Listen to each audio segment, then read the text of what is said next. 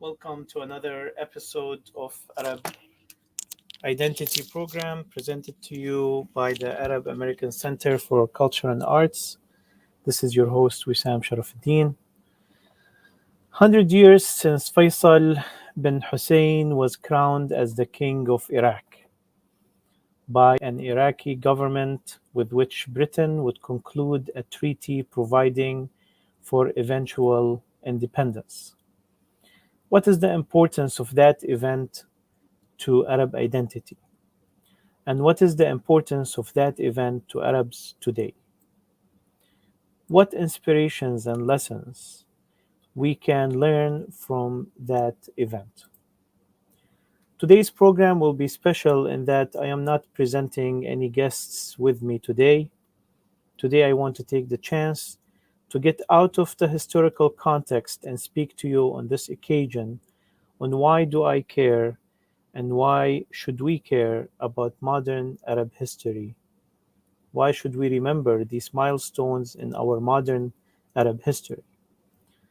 The importance of Faisal is not that he was a king, not that he was the son of Sharif Hussein, the Sharif of Mecca, and not that he was from the Hashemite family that belongs to the ancestry to Prophet Muhammad. The importance of Faisal is that he was an Arab young man who looked around him at the Arabs and the Arab situations and was distressed by seeing them occupied, suppressed, demeaned, and abused by the Turkish rule and living below their potential, deprived from their own actuation, and falling backwards year after year as the world advanced forward. And he decided to take action that will put him in a David versus Goliath confrontation with the Ottoman Empire. And despite the fact that he was highly respected in the Ottoman government, not only as the son of Sharif of Mecca, which is the second highest religious authority in the Ottoman Empire after As-Sadr al-A'zam, but also because he was an intelligent man who was educated in Istanbul and knew Turkish, English, and French, and had a very strong military career. He was respected in the Ottoman Empire for that, and after his successful military career, he grew to be the representative of Jeddah in the Ottoman parliament. So he decided to do something about the situation, to have a renaissance in the Arab world, to have a revolution by the Arab people while having no weapons, no power, nothing but their identity, honor, strong will, bravery, and determination to accomplish that. Now I can connect with him. Looking at our Arab world today and the need of a new renaissance that can lift it from its dire situation, we need people like this for inspiration. Was he alone? No, he wasn't. Arabs have been an intellectual and cultural renaissance since the 1840s. All over the world, even the immigrants, the expats, like the Pen League here in America. Everyone knows Gibran Khalil Gibran.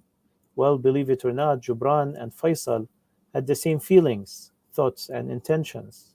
Arab intellectuals formed many organizations and secret societies to fight for their rights and for the Arab Renaissance, and they paid so much sweat, tears, and blood for it, among which was the Fatat organization, Young Arabs, that was formed by the Arab students in the Sorbonne in Paris in 1907.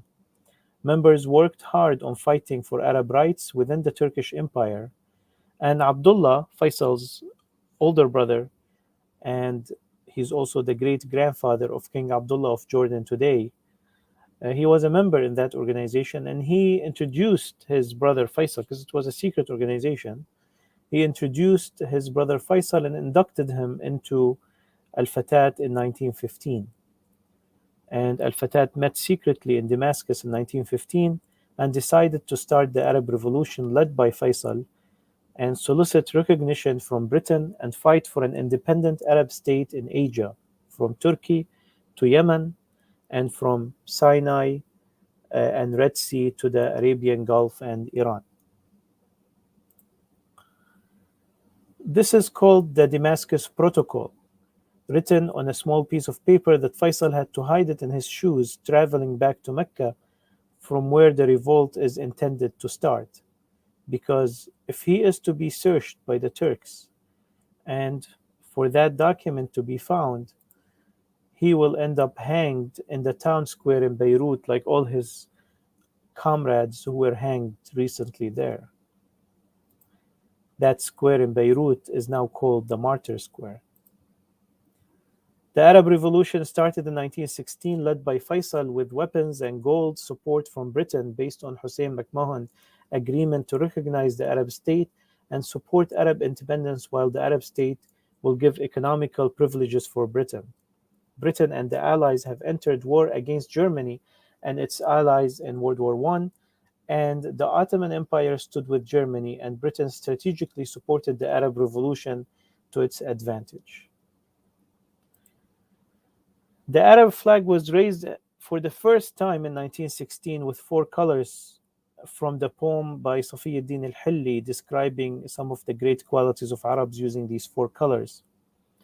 These four colors are still in most Arab flags today.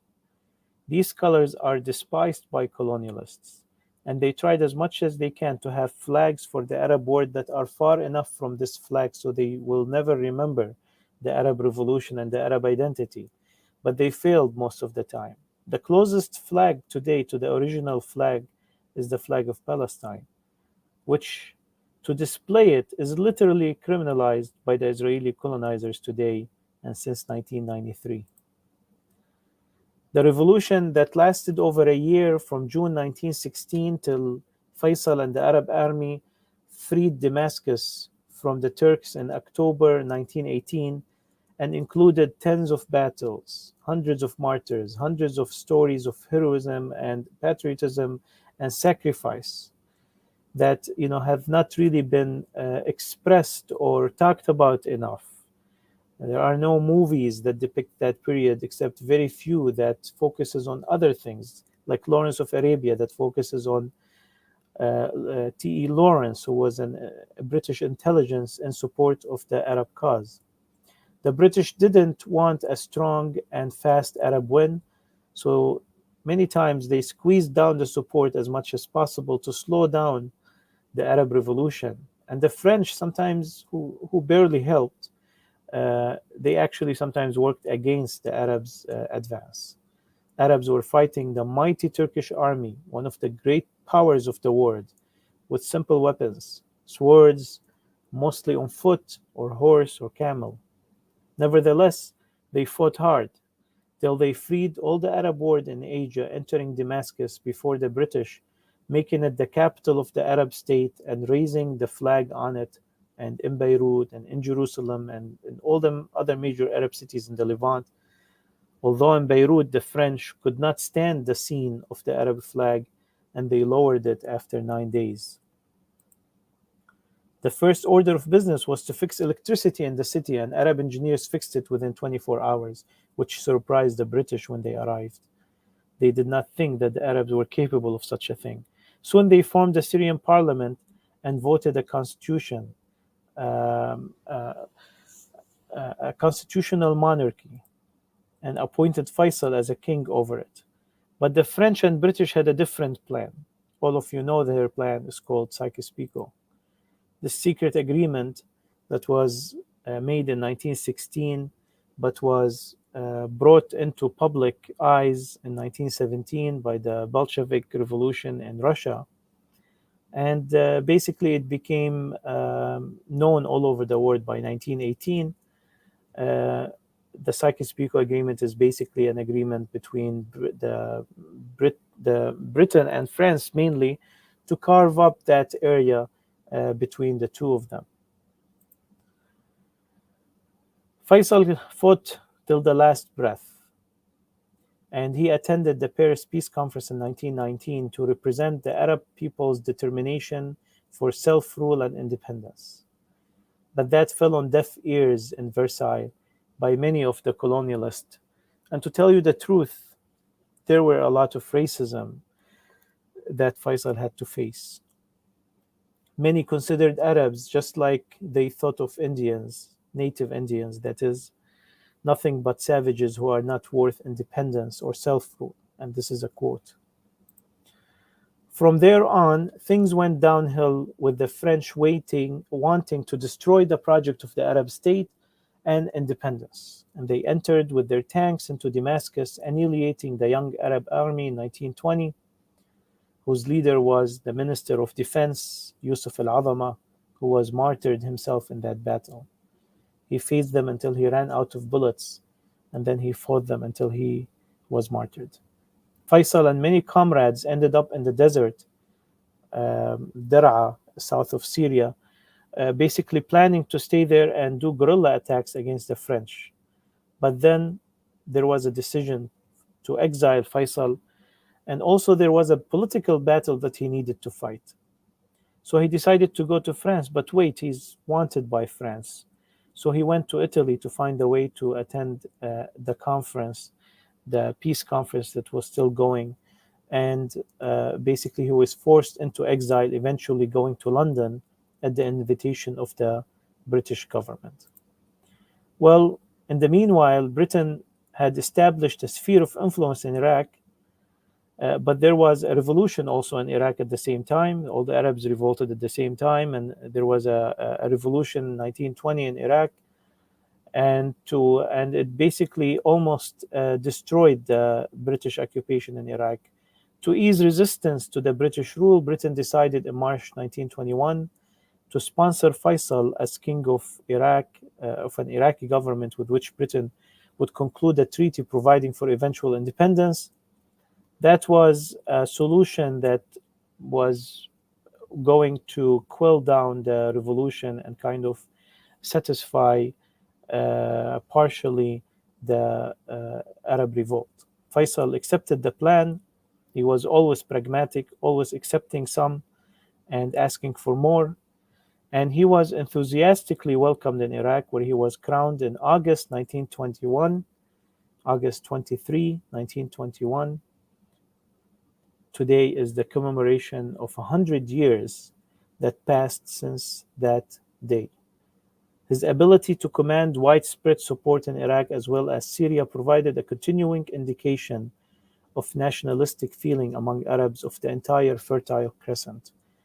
Indeed, as a pan-Arab leader, he had no specific political roots in Iraq. He's from Hijaz, deriving his authority by moderating various conflicting elements. He valued British friendship while maintaining his full credentials among fervent Arab nationalists as their leader. From his position of influence, he negotiated with Britain a series of treaties, every treaty trying to gain a little bit more, culminating in the 1930 with a treaty that enabled Iraq to achieve complete independence and membership in the League of Nations by 1932. And that's why Iraq was the first Arab country to get its independence and to be recognized in the League of Nations. Faisal stood up in his coronation day and read out a long speech. He saluted the martyrs of the Arab Renaissance, subtly mixing the Arab revolt with the 1920 rebellion. But he also praised the British and emphasized his commitment to British alliance and its importance to the regeneration of Iraq. That was the style of Faisal, trying to maintain diplomacy at the same time emphasizing the Arab revolt and the Arab cause. By the end of his speech, he promised that his first task as a king would be to arrange the elections for a constituent assembly. The Iraq that Faisal has helped form was a very modern and democratic state, although it was a constitutional monarchy, but it was a democratic state. And he chose personally that day. Why did he choose August 23? Well, it was the 18th of Dhul Hijjah, which was also Yom al-Ghadir. And Iraq has a very large, almost a majority, is Shia Muslims whose Yom al Ghadir was a very important celebration for them, and he wanted to basically give that religious indication in his coronation. It was very challenging for him to lead a nation like Iraq, who he just arrived to 2 months earlier, but he did that in a great way. And he used, of course, the help of all his comrades, the Arabs that were members of the Arab revolt. Now, why do we commemorate Faisal's coronation?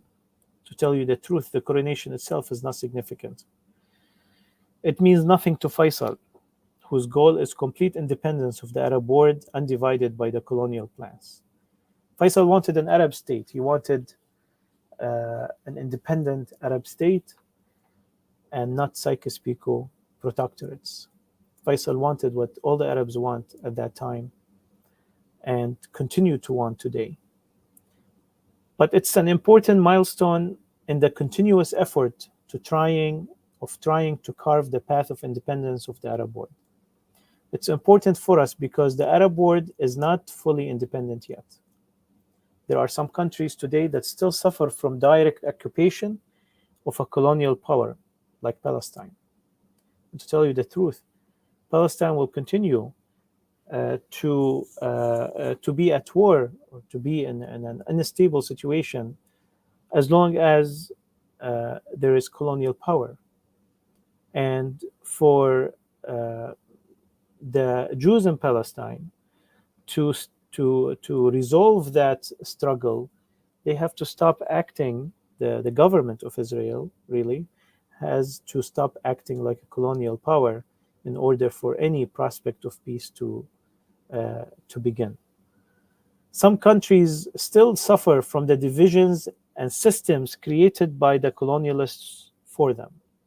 Just like Faisal suffered from them, we are still suffering from them. And Lebanon is the best example. Some countries were carved up in a way that prevent them from sustaining themselves or having any type of strong economical prospects or serious development. Drawing circles around the economically very rich areas with resources, while drawing circles around areas that have not much economical resources, of course you're going to create an instability in the region. We talk about Faisal because a man with this scarce resources that he had was able to secure with his Arab comrades the first Arabic independent state. He was able to secure the first Arab independence with not much resources, with no weapons, with no production. Oil was not yet a major thing at that time. He did it with diplomacy, with determination, with the strength of the will, and he helped not only the independence of Iraq and the forming of the state of Iraq, which he only saw as just a step closer to forming the Arab state. These states were just pragmatic states that Arabs were trying to achieve in order for them to get back to their natural status of having an Arab state.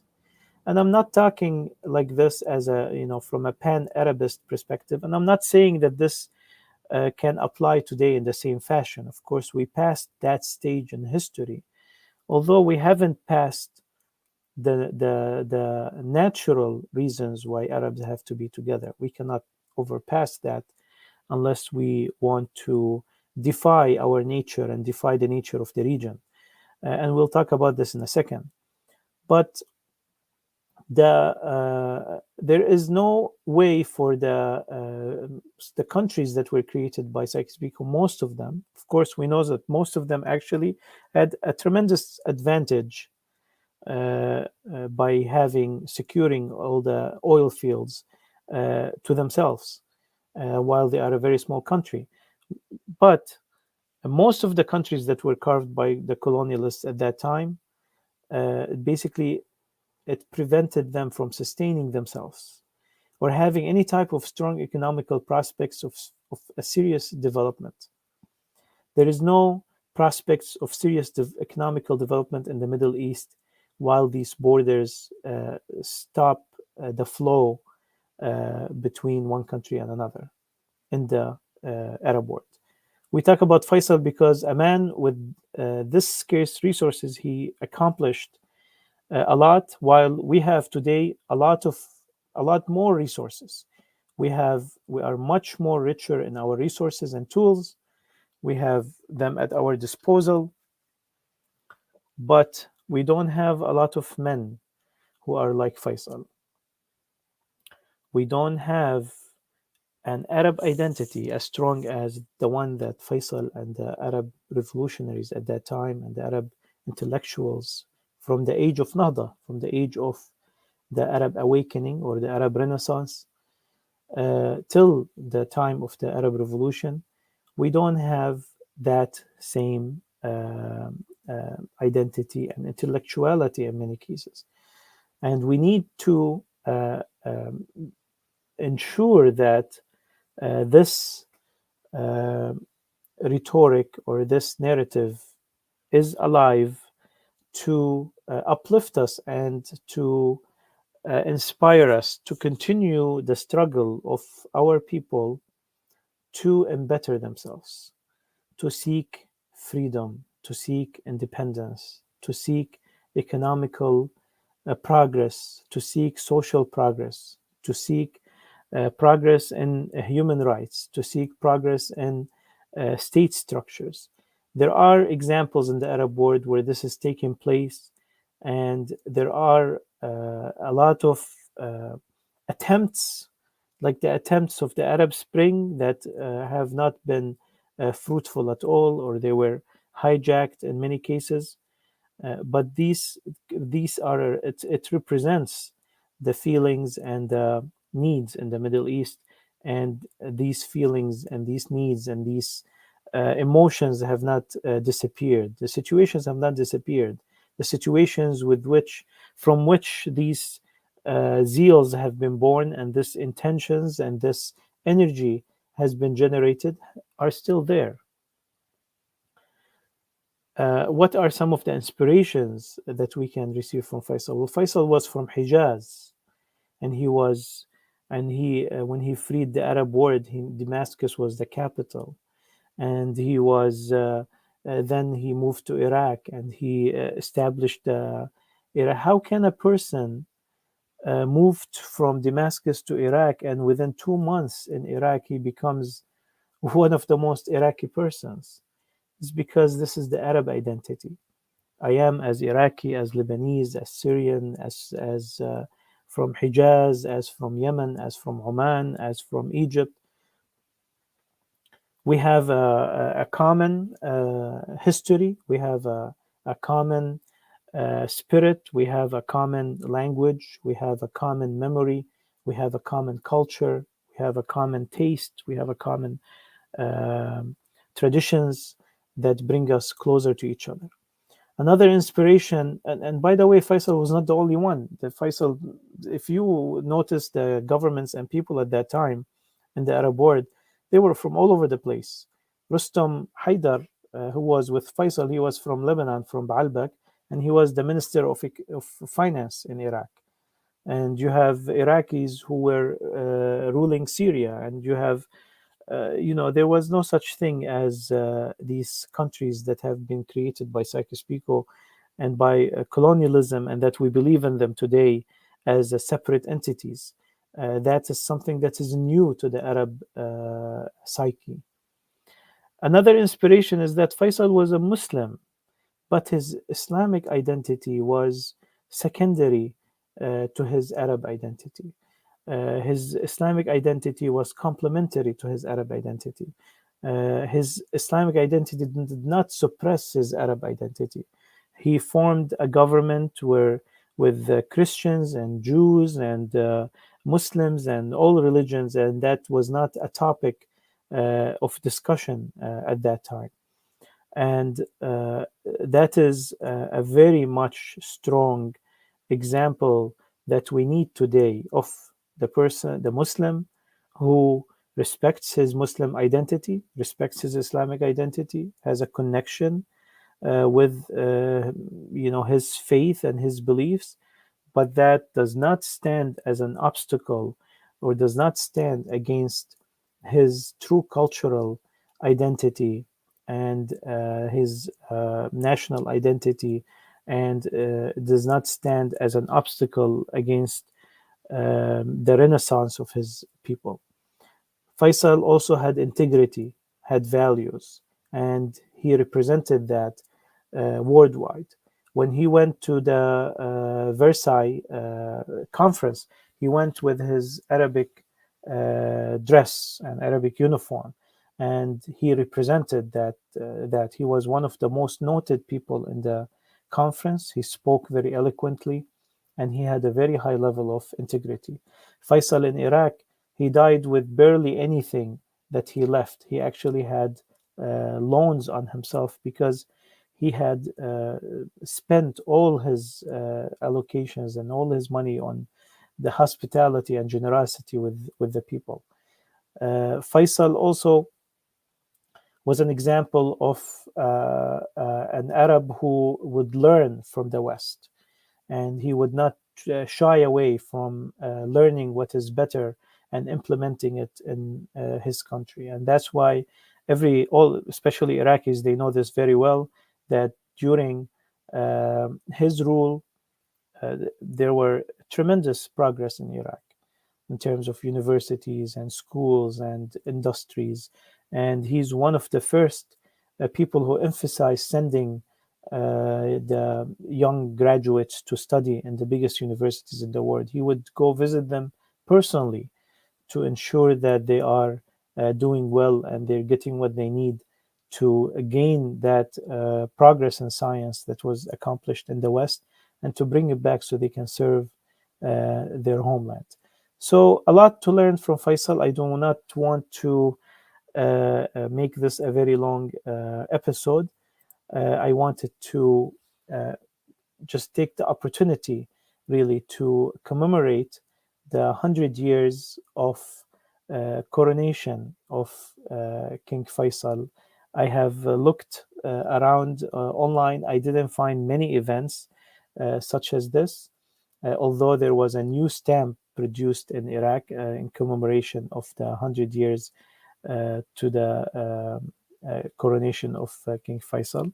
And again, it is not about Faisal and it's not about the coronation. It is really about uh, this historical narrative is a very important inspiration for us today, and it emphasizes the good things about our Arab identity and how can it be a light that sheds over our humanity and helps us and pushes us with its great values, with its great stories, with its great history, to always try to take a position of leadership in serving humanity.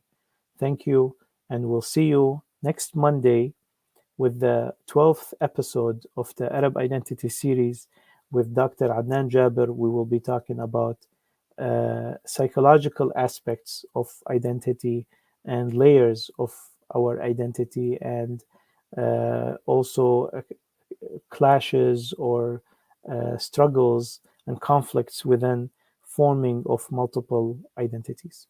Thank you. Have a great night, and uh, we shall uh, all of us see these examples come alive to us day after day as our new generations produce such individuals who are great servants to our people and to all of humanity.